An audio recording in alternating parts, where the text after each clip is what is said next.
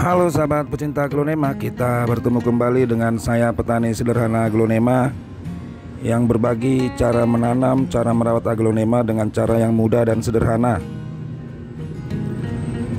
Kali ini saya ingin berbagi buat teman-teman semua bagaimana kita menanam aglonema, karena dasarnya supaya aglonema itu bisa tumbuh subur itu harus diawali dengan cara menanam yang baik dan yang benar.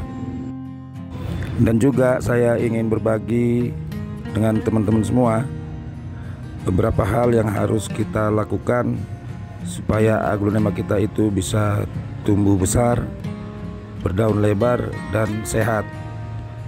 Tentu itu merupakan keinginan dari teman-teman semua, memiliki aglonema yang sehat, tetapi cara perawatannya tidak membuat teman-teman semua kesulitan. Jadi kali ini ada beberapa hal yang perlu kita perhatikan.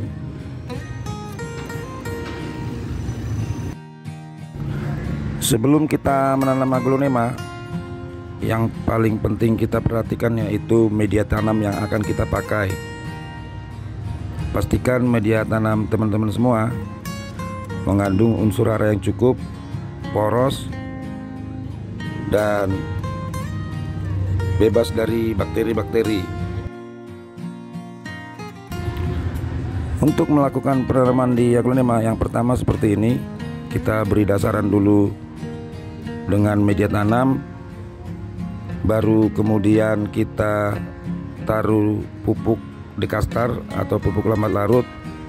Kemudian di atas pupuk tersebut kita letakkan akar aglonema yang akan kita tanam. Kemudian kita tambahkan media tanam. Kita usahakan seluruh media tanam itu masuk ke rongga-rongga akar.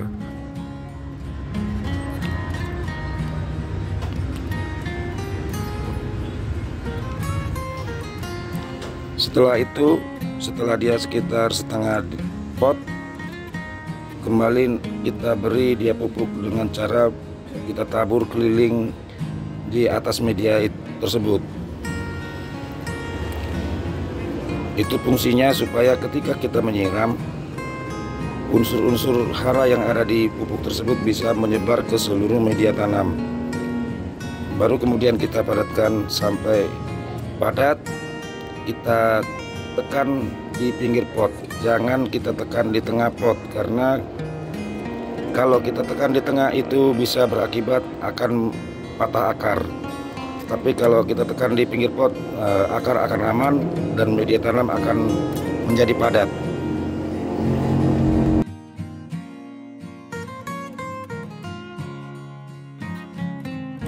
Setelah media tanam itu kita pastikan sudah padat,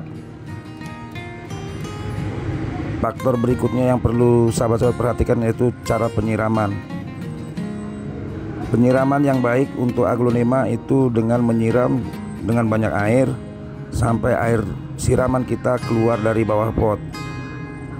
Karena apabila kita melakukan penyiraman dengan yang sedikit air atau dengan cara disemprot, itu malah justru kurang baik. Artinya ketika kita menyiram, zat asam yang ada dalam media tanam itu tetap mengendap di dalam media tanam. Tetapi kalau kita menyiram dengan banyak air sampai kocor dari bawah pot,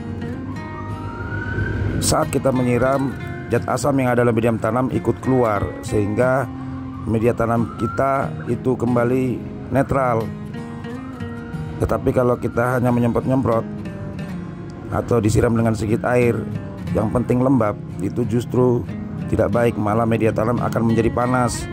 Itulah yang kadang terjadi, mengakibatkan terjadinya busuk batang atau busuk akar. Jadi buat sahabat-sahabat semua, silakan siram aglonema teman-teman semua dengan cara siram yang kocor, dan pastikan juga dasarnya seperti yang saya bilang tadi, media tanam kita harus poros sehingga air siraman kita itu langsung keluar dari bawah pot, tidak menggenang di dalam media tanam.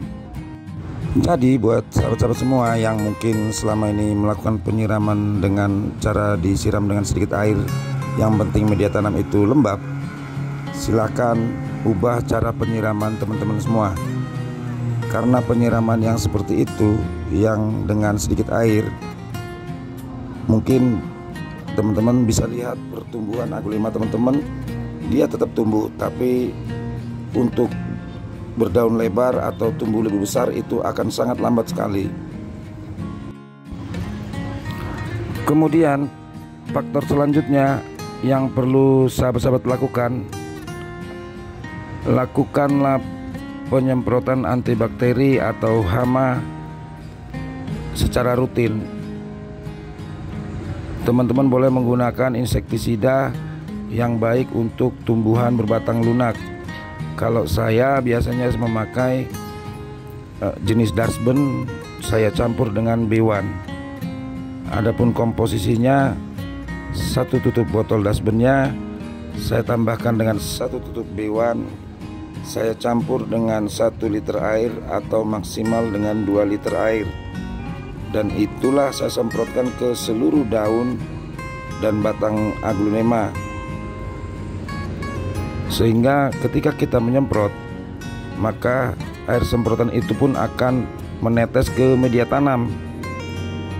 Fungsinya tetesan air semprotan kita itu juga yang membunuh bakteri-bakteri atau kutu sisik atau jenis hama lainnya di dalam media tanam yang mengganggu pertumbuhan akar aglonema. Dan yang perlu diperhatikan juga selanjutnya teman-teman semua, pastikan lakukan pemupukan, bisa dengan cara ditabur di atas media tanam per 3 bulan sekali kalau kita memakai pupuk lambat larut seperti Osmocote atau Dekastar. Kemudian selanjutnya pastikan lokasi penempatan aglonema teman-teman semua itu terkena sinar matahari, karena ketika aglonema ingin menyerap makanan atau nutrisi yang ada di dalam media tanam, mereka butuh sinar matahari. Tetapi dalam hal ini jangan matahari langsung, bisa sahabat-sahabat semua dilapisi dengan memakai paranet di atasnya, supaya matahari yang mengenai aglonema itu tidak terlalu panas, karena sinar matahari yang terlalu panas juga tidak baik buat aglonema.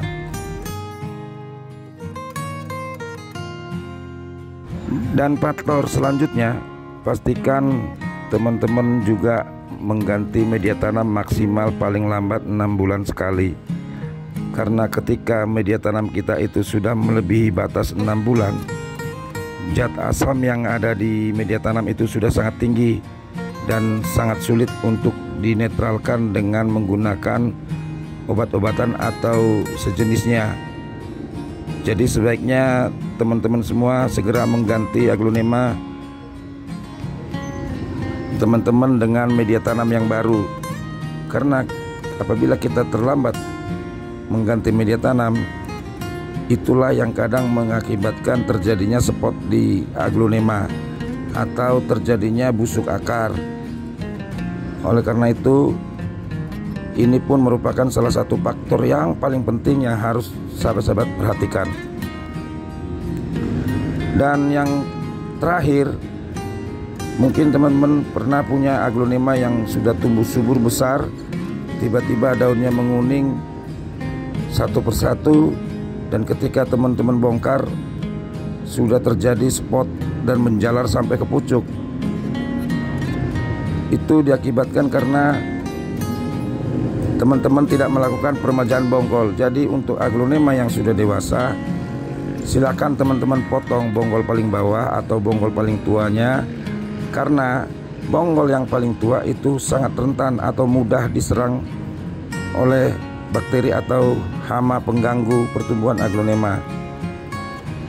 Jadi lakukan peremajaan bonggol ketika aglonema teman-teman sudah tumbuh besar dan sudah dewasa. Oke sahabat-sahabat semua, Itulah tip yang bisa saya bagikan kali ini. Mudah-mudahan bermanfaat buat sahabat-sahabat semua, terutama buat sahabat-sahabat pemula. Silahkan dicoba dengan cara ini. Mudah-mudahan aglonema yang sahabat-sahabat tanam bisa tumbuh subur, sehat, dan besar, juga berdaun lebar. Jangan lupa dukung channel ini supaya lebih berkembang lagi. Kita sama-sama belajar menanam dan merawat aglonema. Sekian dulu dari saya, sampai jumpa, bye.